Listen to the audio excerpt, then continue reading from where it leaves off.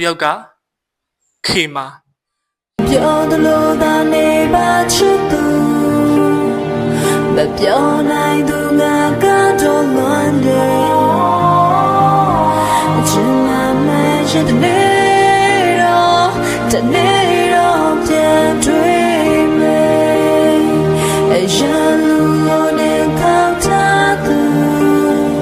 တကယ်ဆိုရင်ငါနဲ့တော့ပဲကို